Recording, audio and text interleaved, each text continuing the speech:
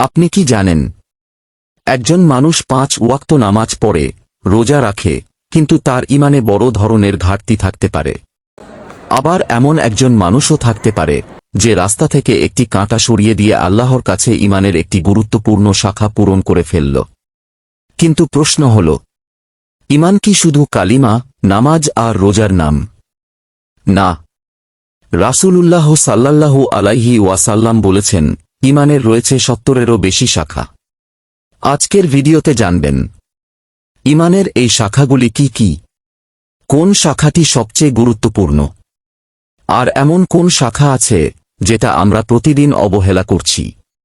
ভিডিওর শেষ পর্যন্ত থাকুন, কারণ শেষের কথাটি আপনার ঈমান সম্পর্কে ধারণাই বদলে দিতে পারে।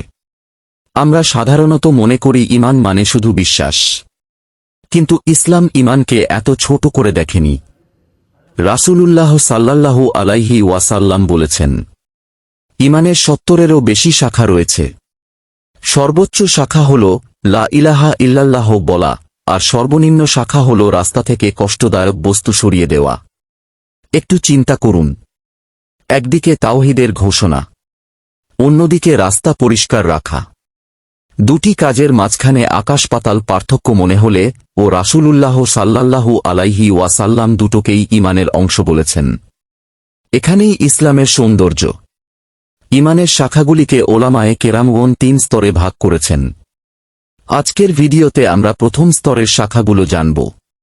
ঈমানের প্রথম স্তর, অন্তরের ঈমান। চলুন নিজেকে একটি প্রশ্ন করি।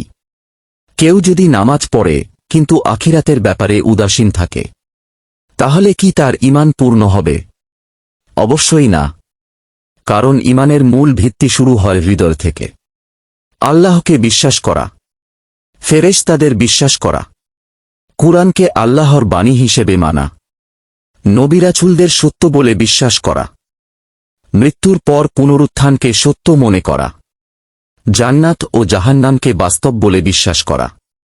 এসবই ঈমানের শাখা। কিন্তু এখানেই শেষ নয়।